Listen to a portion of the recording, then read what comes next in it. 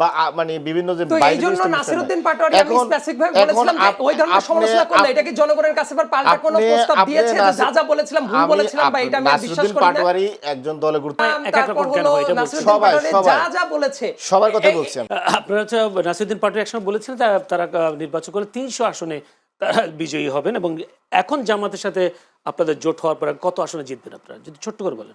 দেখেন আমরা বলেছি আমাদের মানে নতুন আমরা একটা রাজনৈতিক দল শুরু করেছি, পুরো জেনারেশনকে আমরা এখনো ডাকতেছি, জেনারেশনের মানে ছোট একটা অংশ আমাদের সাথে কম আসছে। কবি ছোট্ট করে যদি বলেন। আমরা প্রথমভাবে শুরু করেছি, আমাদের যদি এবার যদি আমাদের বয়স কম, আমাদের অনেকেই পেশাজীবীও না, আমাদের মানে মানি পাওয়ারটা নাই, এস্টাবলিশমেন্ট নাই, মাসাল এস্টাবলিশমেন্ট নাই, যার কারণে আমরা 300 আসনের প্রার্থী দিই নাই।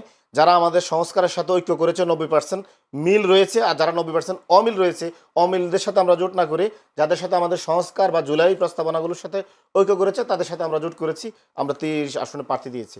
আমরা আশা করি আমাদের সকল প্রার্থীদের জয়ের ব্যাপারে আমরা আশা করি ইনশাল্লাহ আমরা খুব ভালো একটা সংখ্যায় আমরা পার্লামেন্টে যাব এবং আমরা জোট সরকার নিয়ে আমরা রাজাকারের দলের সাথে মিশে আপনারা নিজেদের পায়ে নিজেদের কোড়াল মেরেছেন। এগুলো বিএনপির বলা কথা। বিএনপি নিজে হচ্ছে আপনার দক্ষিণ এশিয়ার সবচেয়ে বড় রাজাকারের দল।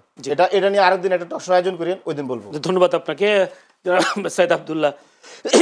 বিএনপি কেন আবার ঋণ খেলাপি, এতজন ঋণ খেলাপি কেন, মানে উনি বললেন যে নিয়ে আসতে আইনগতভাবে যারা ঋণ খেলাপি আছে এই ব্যাপারটাকে যদি এইভাবে দিয়ে দেওয়া হয়, এই ব্যাপারটাকে আমি ব্যক্তিগতভাবে সমর্থন করি না, এটা উচিত না। তার কারণটা হলো আপনি যাচাই বাছাই করে কাউকে কিন্তু অনেক ত্যাগী নেতাদেরকে দেয়নি নমিনেশন। দেখেন এইটা তো একটা দলের পার্সোনাল জায়গা। আমি এই জন্যই বলছি যে কেউ ধরেন একজন ঋণ খেলাপি মানুষ, উনি আইনগতভাবে এইটা রিশিডিউল করতে পারেন নাই বা কোনো কিছু করতে পারেন নাই, আইনগতভাবে কেউ যদি ক্লিয়ার করতে পারতো হিসাব আলাদা, কিন্তু যদি না করে আপনারা যাচাই বাছাই করে দেখেন, এটা না দিলে কি মহাভারত অশুদ্ধ হয়ে যাইতো? এবং এই ব্যাপারটা যদি হয় এটা তো ভালো কোনো ব্যাপার, মানে সিগন্যালটা দেয় না। এই ব্যাপারটা আমি ব্যক্তিগতভাবে অপছন্দ করি, এই কাজটা হওয়া উচিত না, কোনো উচিত না। আচ্ছা, একটা যে প্রশ্ন সেটা হচ্ছে এই রাষ্ট্রপতি, আমরা দেখেছি রাষ্ট্রপতির ব্যাপারে রাষ্ট্রপতির কোনো কার্যক্রম আমরা এখন দেখছি না। রাষ্ট্রপতি শাহাবুদ্দিন আসলে কি কোনো কাজ নেই আমাদের দেশের রাষ্ট্রপতির? আপনি কি উনি খুব চুপ করে আছেন, যদি শাহাবুদ্দিন চুপ, কি কারণটা কি? নরমাল ব্যাপারটা হলো রাষ্ট্রপতি সাধারণত ওই নাম যেভাবে বললেন এরকম চুপ মেরেই বসে থাকাটাই তার টুকটাক কাজ।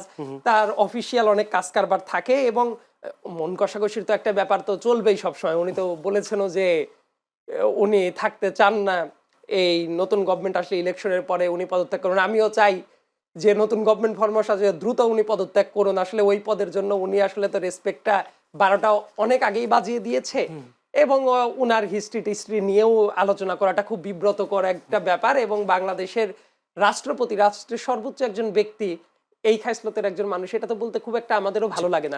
ছোট্ট একটা প্রশ্ন করবেন, তার আগে একটা ছোট্ট একটা উত্তর দিতে হবে। ওই নাসিরউদ্দিন পাটোয়ারি নিয়ে ব্যক্তিগতভাবে আমার কোনো গ্রাজ নেই, কারণ ভাই ব্রাদার মানুষ যারা যে জায়গাতেই আছেন নিজ দিয়ে কথা বলে, যদি আমি ওইটাই বলেছি যে আমরা কি মনে করি না করি সেটা পরের আলাপ, কিন্তু মানুষ যদি তাকে একসেপ্ট করে আই উইল ওয়েলকাম। কিন্তু একটা কথা জাস্ট, যেহেতু জোটের সাথে বেঁধেছে, এখন মানুষ দেখেন নাসিরউদ্দিন পাটোয়ারির কথাবার্তা শুনলে কেন হাস্যকর লাগতে পারে। জামাতকে নিয়ে নাসিরউদ্দিন পাটোয়ারি কম করে হলেও 4টা জায়গায় যে ধরনের স্টেটমেন্ট দিয়েছে, তারপর আবার একসাথে মোলাকাত করে যেভাবে চলছে, ডিফেন্ড করছে, এটা শোনার পরে যে কারো হাস্যকর লাগতে পারে। জামাতের আর রাজনৈতিক ভবিষ্যৎ নাই, জামাতের ধরনের ভণ্ডামির খাইসলত আর হবে না, মুখে বলে একটা কাজে করে আর একটা, এইটাই কথাবার্তা আমাদের না আপনাদেরই প্রিয় নাসিরউদ্দিন পাটোয়ারির কথা।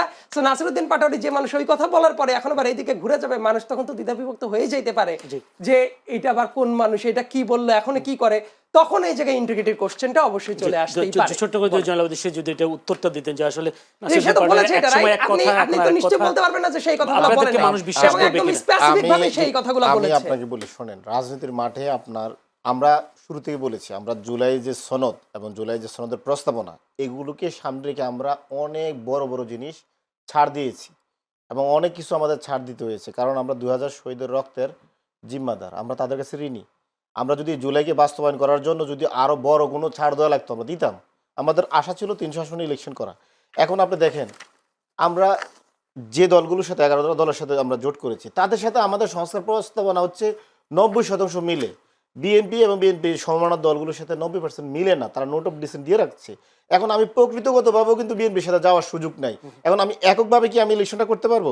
এককভাবে ইলেকশন করার জন্য তো আমার মাসেল পাওয়ার নাই, মানি এস্টাবলিশমেন্ট নাই, মিডিয়া এস্টাবলিশমেন্ট নাই, বা মানে বিভিন্ন যে তো এই জন্য নাসিরউদ্দিন পাটোয়ারি আমি স্পেসিফিক ভাবে বলেছিলাম যে ওই ধরনের সমালোচনা করলে এটা কি জনগণের কাছে আবার পাল্টা কোনো প্রস্তাব দিয়েছে যে যা যা বলেছিলাম ভুল বলেছিলাম বা এটা আমি বিশ্বাস করি না? পাটোয়ারি একজন দলে গুরুত্বপূর্ণ নেতা, কিন্তু নাসিরউদ্দিন পাটোয়ারি তো পুরো এনসিপি না, NCP is bigger than Nasiruddin Patwari. এটা নাহিদ ইসলামও বলেছে, জামাতকে নিয়ে তারও অনেকগুলা স্টেটমেন্ট ছিল, আপনি শুধু এক আমি নাসিরউদ্দিন সবার পাটোয়ারি ক্ষেত্রে বলি, দলের আহ্বায়ক থেকে শুরু করে ইনক্লুডিং প্রত্যেকটা নেতা কর্মী মানে শুধু কম্পেয়ার করেন, NCP is bigger than their activist leaders. NCP অনেক বড় জিনিস। তাদের বক্তব্যগুলো মানে এক এক সময় এক এক রকম কেন হয় এটা বলছি। সবাই যা যা বলেছে সবার কথা বলছি আমি। এগুলা ওই স্টেটমেন্টগুলোর আর কোনো ভ্যালিডিটি নাই, কিন্তু এখন এক হয়ে গেলেই মিশে যায়। আমি কি বললাম? আমি তো আপনার কথাটাই বললাম, আমি সংস্কারের জন্য আমি অনেক বড় ছাড় দিব। আমার যদি গাজী সালাউদ্দিনের মতো যদি আমার যদি উদ্দেশ্য থাকে বাইতুল মানে মুকাদ্দাস মানে জয় করা, ছোটখাটো অনেক আঞ্চলিক কনফ্লিক্টকে আমি ছাড় দিব, যেটা গাজী সালাউদ্দিন করছে। এটা আপনার লক্ষ্য থাকতে হবে, আপনি কোথায় যাবেন। আমার লক্ষ্য তো হচ্ছে জুলাই সনদ বাস্তবায়ন করা।